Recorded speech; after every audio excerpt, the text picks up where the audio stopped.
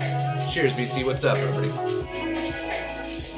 All right, the last couple days in the VC have been wild. I've been on the Rachel's Music Ma'am channel on the live stream a couple times. That's super fun. Go check her channel out. Go like and subscribe. And then I was on Greg's channel, and I'm totally forgetting the name of his channel, but I'll mention it again so you guys can go like and subscribe. I don't know how to drop a link yet. Hence, low budget. You know what I mean? All right. So I got a couple albums. Well, I got a few new albums. I was going to do an unboxing, but I did it on Rachel's live stream, so there's no point in doing it again. I'll just show the record.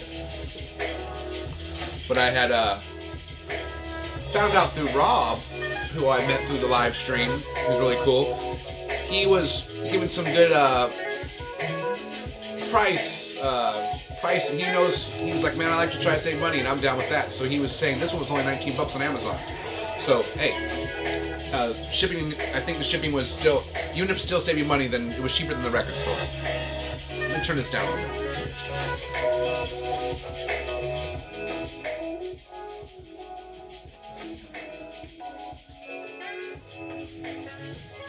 And so right on, Rob, thank you for letting me know that it was super cheap on Amazon.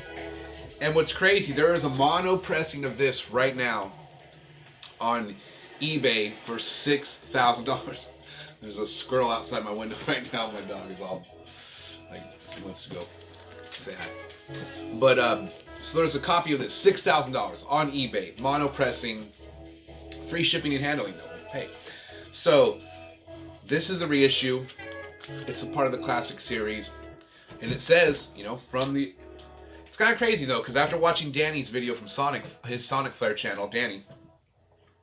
I don't know if this is real master tapes now. See, I mean, it's could be up for debate. Let me know, Danny, if you watch this episode or someone else. But it says mastered from the original analog tapes. So, and you know, I don't think Blue Note would be playing with this because they're the ones who recorded them, so they're pulling them from their vault.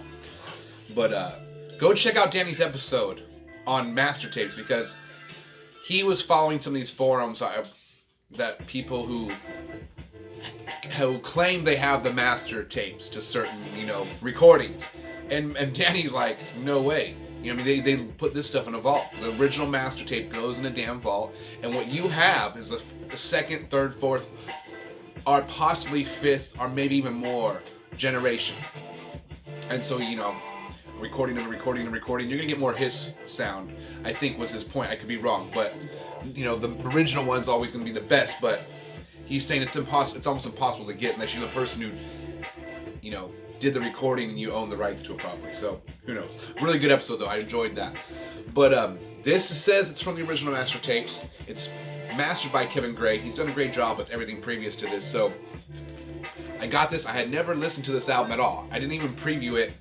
I think I gave a little, like a 30-second preview, but I already knew this. I knew I would like it because of the other album, the other Jackie McLean's on here, Paul Chambers. The other names I recognize, but I already have Paul Chambers is on everything, and then Jackie McLean. So, so I knew I liked this, and then, and the rarity of it, and so now you can get it for 19 bucks, $24. Go get this. So I finally listened to it yesterday, played it up. Just back to back, super good. Good quality. It's 180 gram vinyl. Not that, you know, does the weight of the vinyl even make a difference? No, I like it knowing when it's a heavier, sturdier album. The edges are really good on this one. Like, give it. This one feels a little better. This almost feels like a Tone Poet series. Even the edges. Except one little part gets a little chunky right there. I'm going 7.3 on the edges, but sounds great. It only has 4 songs, but they're killer songs, and I was really impressed. First I listened to it, I was like, oh, side 2 I like better, side 1 I like better. No, the whole thing's just really good. So, I was stoked on this. And then I had got this, and I already talked about it on one of my other episodes, but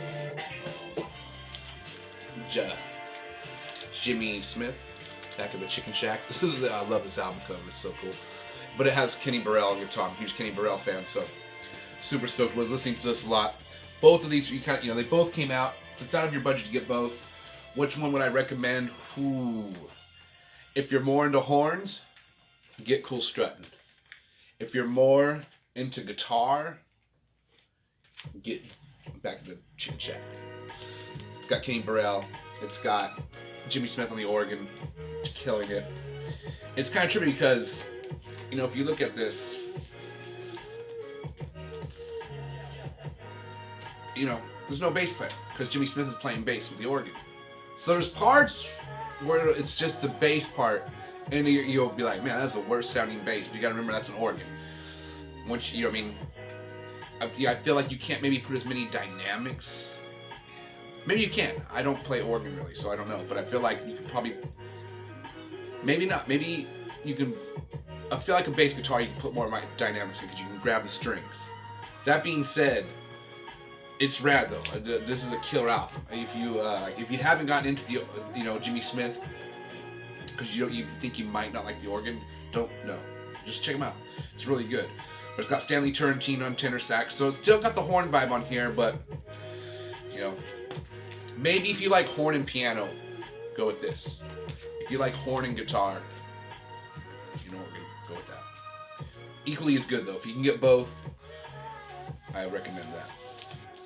It's crazy how popular jazz has gotten. We kind of got on the topic of we were talking about Black Flag and other punk bands, and it was what's punk, and this whole debate on its own. But to me, I always felt like jazz artists back in the day, even though their genre music is not, none of it's punk, but I felt the attitude behind jazz. A lot of those cats were living very dark lifestyles. A lot of them were doing very heavy drugs. They were playing these small venues.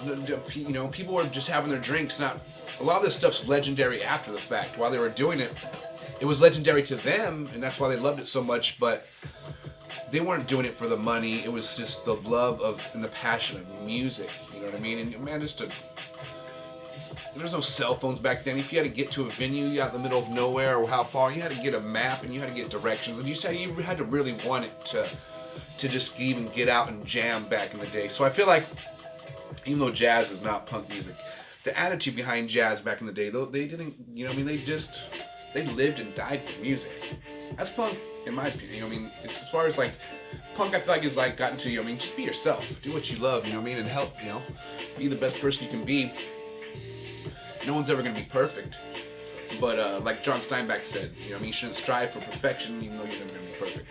You just strive to be a good person.